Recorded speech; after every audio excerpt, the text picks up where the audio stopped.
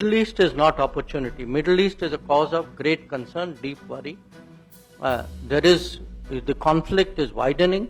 This is actually costing us. Middle east में जंग छिड़ी है और सवाल भारत को लेकर उठ रहे हैं। भारत मिडिल ईस्ट की जंग का फायदा उठाएगा या उससे नुकसान होगा? ये सवाल जब विदेश मंत्री डॉक्टर जयशंकर से भी पूछा गया तो विदेश मंत्री डॉक्टर जयशंकर ने ऐसा बयान दिया कि पूरी दुनिया की आंखें खुल जाएं। विदेश मंत्री डॉक्टर जयशंकर इस जंग से भयंकर चिंतित हैं और इसका अंदाजा उनके इस बयान से लगाया जा सकता है। विदेश मंत्री जयशंकर ने ईरान और इजरायल के बीच जारी संघर्ष को लेकर आंखें खोलने वाला बयान दिया। उन्होंने कहा कि पूरी दुनिया में जिस तरीके से जंग छिड़ी है उससे भारत को और पूरी दुनिया को नुकसान हो रहा है। उन्होंने कहा कि संघर्ष यूक्रेन में हो या पश्चिम एशिया में, इसका असर सब पर पड़ेगा। विदेश मंत्री ने मिडिल ईस्ट के हालातों पर गहरी चिंता तक जताई। उसके अलावा उन्होंने ये भी कहा कि कैसे पूरे मार्केट को भारी नुकसान झेलना पड़ रहा है। उन्होंने कहा कि मिडिल ईस्ट के हालात पूरी दुनिया को चिंता में डाल रहे हैं।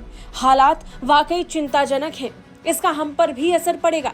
जयशंकर ने कहा कि मैं ईमानदारी से कहूंगा, संघर्ष चाहे यूक्रेन में हो या मध्य पूर्व पश्चिम एशिया में, हमें भी इससे काफी नुकसान हो रहा है। बाजार में भारी गिरावट तक देखने को मिली। This is actually costing us. It's not that somebody is neutral and you benefit. Shipping rates have gone up, insurance rates have gone up, foreign trade is being affected, oil prices have gone up. Day before yesterday, the markets tanked. विदेश मंत्री doctor Jaishankar ने कहा कि middle east अवसर नहीं है, ये गहरी चिंता का कारण है। संघर्ष बढ़ रहा है, आतंकी हमले के रूप में दुनिया इसे देख रही है।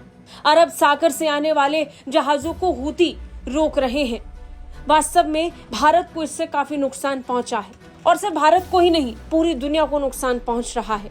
साफ है कि इजराइल और ईरान की ये जंग पूरी दुनिया के लिए नुकसान लेकर आया। पहले ही रशिया यूक्रेन वॉर के बाद से पूरी दुनिया में एक तनाव का माहौल देखने को मिला। बाजारों में भी गिरावट आई, आपसी साझेदारी भी घटी, एक दूसरे पर भरोसा कम हुआ और अब ऐसा ही कुछ इजराइल और ईरान की जंग में भी देखने को मिल रहा है। ब्यूरो रिपोर्ट, भारत तक।